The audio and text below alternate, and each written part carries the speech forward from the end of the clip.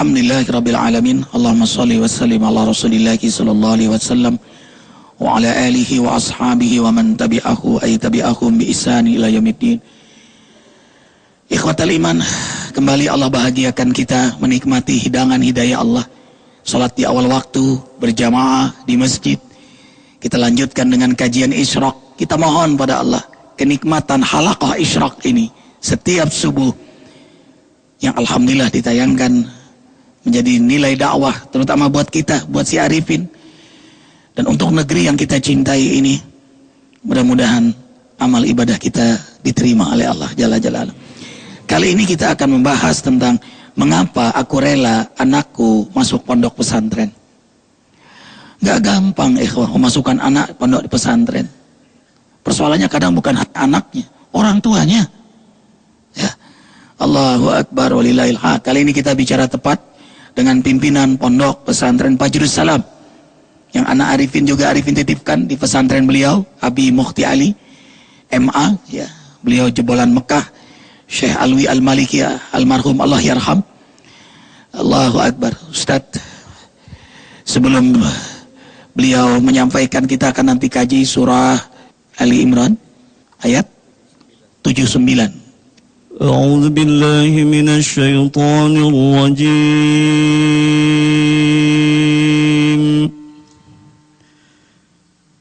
بسم الله الرحمن الرحيم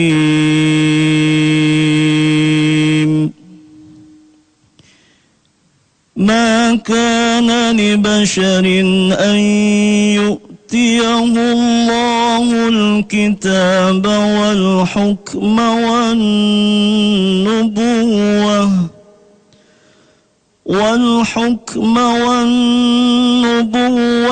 ثم يقول للناس كونوا عبادا لي من دون الله ولكن كونوا ربانيين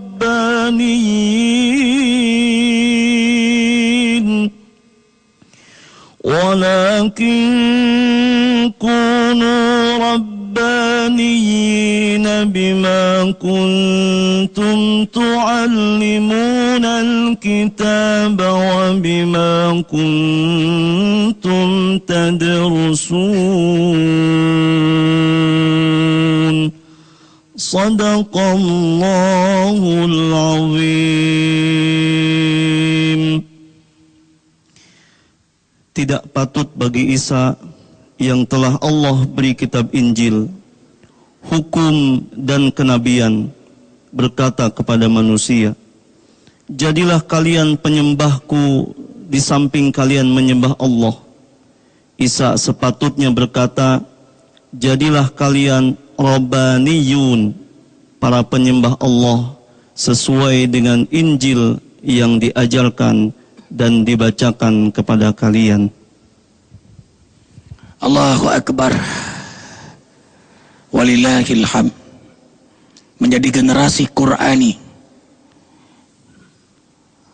pada saat di zaman Nabi Isa diperintahkan untuk menjadi Rabbani, generasi yang benar-benar menyembah Allah, benar-benar taat kepada Allah.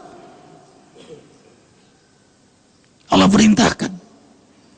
Kemudian hadirlah Nabi Muhammad SAW, maka berpegang teguhlah kepada Al-Quran yang menyempurnakan Injil itu, sehingga menjadi generasi Qur'ani. Assalamualaikum warahmatullahi wabarakatuh. Bismillah walhamdulillah wassalatu wassalamu ala man la nabiyya ba'da Sayyidina wa maulana Muhammadir Rasulillah wa ala alihi wa sahbihi wa mawala amma ba'd. فقال الله تعالى في كتابه الكريم وهو أصدق القائلين أعوذ بالله من الشيطان الرجيم بسم الله الرحمن الرحيم والعصر إن الإنسان لفي خسر إلا الذين آمنوا وعملوا الصالحات وتواصوا بالحق وتواصوا بالصبر. Ikhwati fillah yang dimuliakan Allah Subhanahu wa taala, dari ayat yang baru saja disampaikan yaitu surat Al-Asr, ulama menyimpulkan bahwa la yasluh insan illa bi arba'ati umur, bahwa manusia siapapun dia, apapun nama pangkat jabatannya, dia tidak akan pernah baik kecuali dengan 4 perkara. Yang pertama, bil iman, dengan keimanan kepada Allah Subhanahu wa taala. Tidak cukup sampai di situ, harus dipenuhi yang kedua, yaitu bil a'mal as-salihat, dengan melaksanakan amalan-amalan salih. Juga tidak cukup sampai di sini, harus dilanjutkan pada tahapan yang ketiga, yaitu bitawasi bil haq, saling nasihat-nasihati untuk mengikuti kebenaran. Nah, dalam amal as-salihat tentu saja kita semua berharap agar amal ibadah kita diterima oleh Allah Subhanahu wa taala. Namun di sana ada satu penghalang, di mana Rasulullah SAW pernah bersabda kepada Sayyid Sa'ad, dan ini merupakan nasihat beliau yang luar biasa, ya Sa'ad, atib mat'amaka takun mustajaba da'wah. Walladhi nafsi biyadihi innal abda la yakditu luqmatal harama fi jawfihi ma yutaqabbalu minhu amalun arba'ina yauman. Wahai Sa'ad, perbaiki isi perutmu, artinya makananmu, niscaya doamu akan senantiasa dijawab oleh Allah Subhanahu wa taala. Demi zat yang jiwaku berada di tangannya, kata Rasulullah SAW, sesungguhnya seorang hamba, jika ia memasukkan secuil saja makanan yang bersumber dari haram ke dalam perutnya, maka 40 hari 40 malam amalnya tidak akan terima oleh Allah Subhanahu wa taala, dan doanya tidak akan diijabah. Inilah ikhwati fillah yang dimuliakan Allah. Selain iman, al-amal as-salihat, kemudian at-tawasi bil haq. At-tawasi bil haq termasuk kita duduk di majlis ta'lim, majlis zikir seperti yang kita laksanakan pada kesempatan pagi hari ini. Kemudian juga yang terakhir bitawasi bis sabar.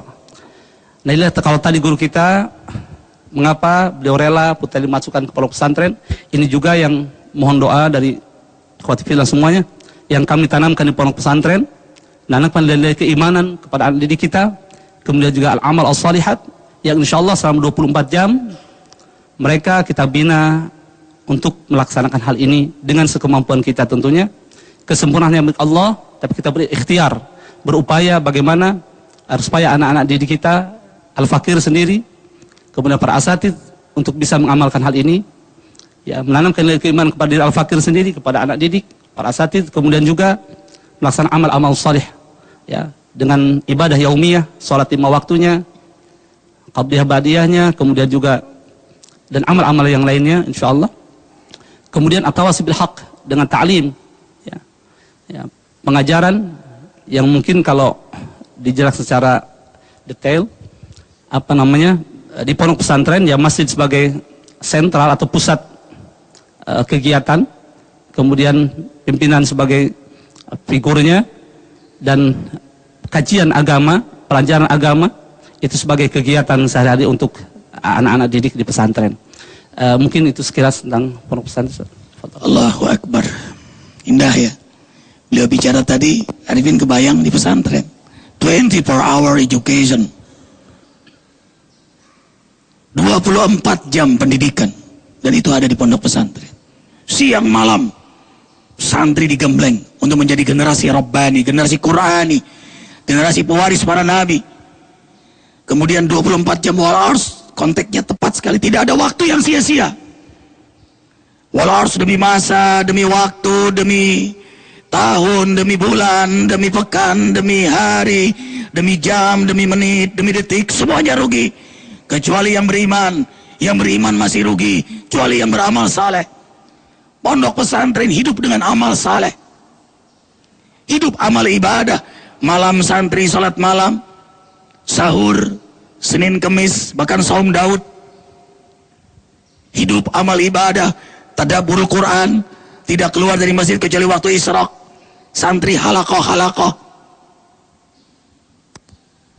Terbayang tuh waktu di pesantren selesai halaqah, Allahumma arhamna bil Qur'an waj'alhu lana imaman wa nuran wa hudan wa rahmah.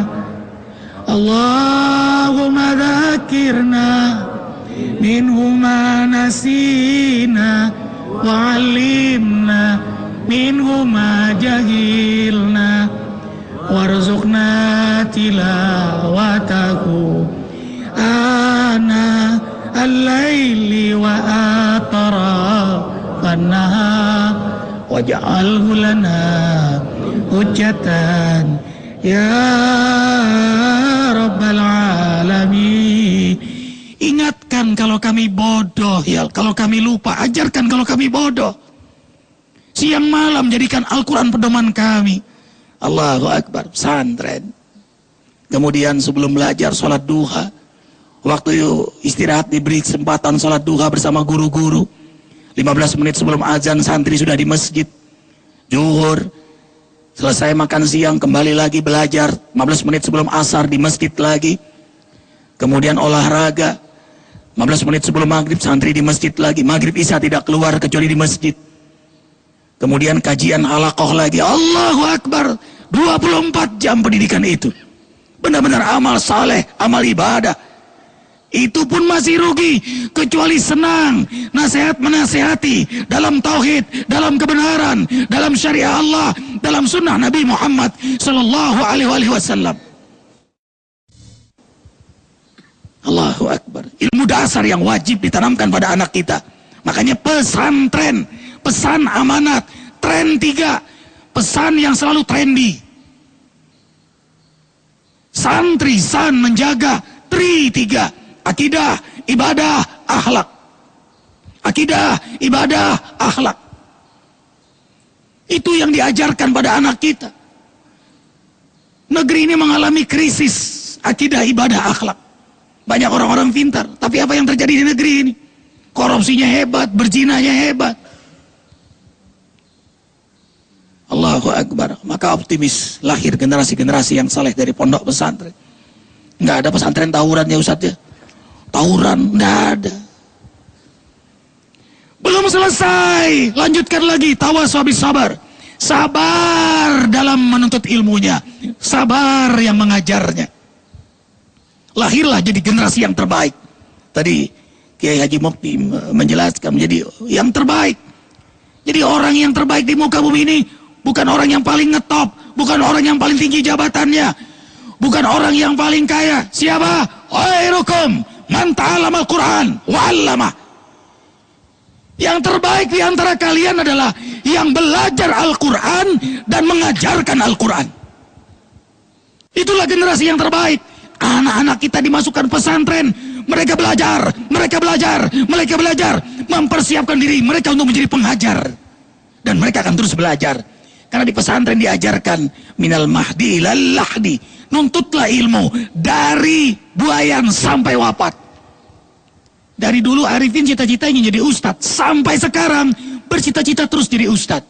Sehingga belajar, mengajar, belajar. Itulah generasi Rabbani. Kunu Rabbaniyina bima kuntum tu'allimuna al-kitab wa bima kuntum tadrusun.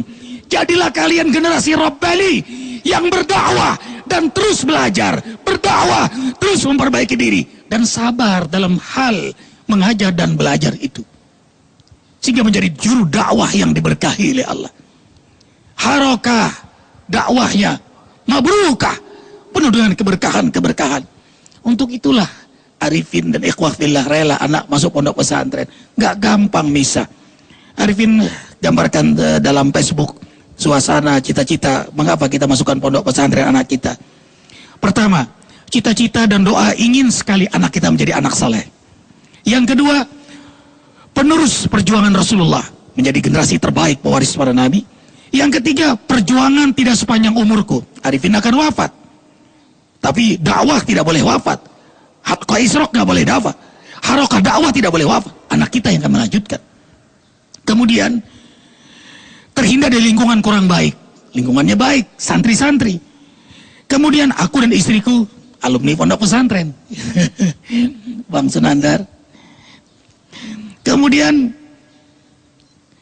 kecerdasan sosial tumbuh, kemandirian, keteladanan langsung dari guru. Ini guru-guru yang ikhlas istiqamah.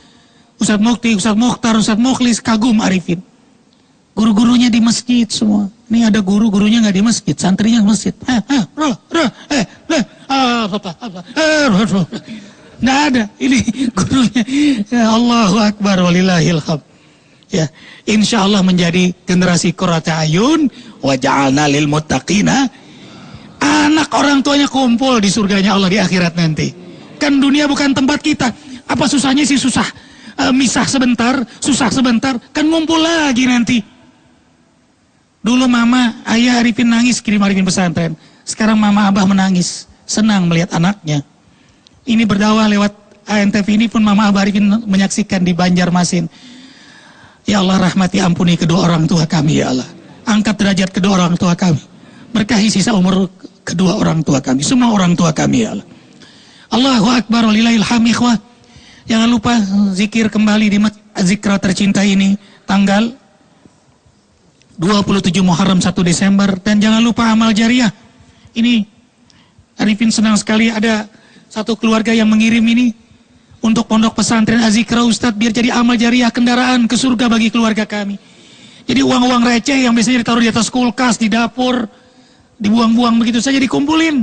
Jadi satu keluarga anaknya 6, ya bininya 1. Kumpulin dapat ini. Ya, dia menyerahkan terus jadi bisa pemirsa di rumah dimanapun untuk amal pesantren bersama Arifin. Biar jadi amal jariah. Terima kasih ikhwah. Insyaallah amal jariah ikhwah diterima oleh Allah Jalla Jalaluh. Maafkan Arifin, maafkan kami semua. Banyak bicara, banyak salah. Kafaratul majlis. Subhanakallahumma wa bihamdika. Asyhadu an la ilaha illa anta. Astaghfiruka wa atubu ilaik. Wabillahi taufiq wal hidayah. Assalamualaikum warahmatullahi wabarakatuh. Subhan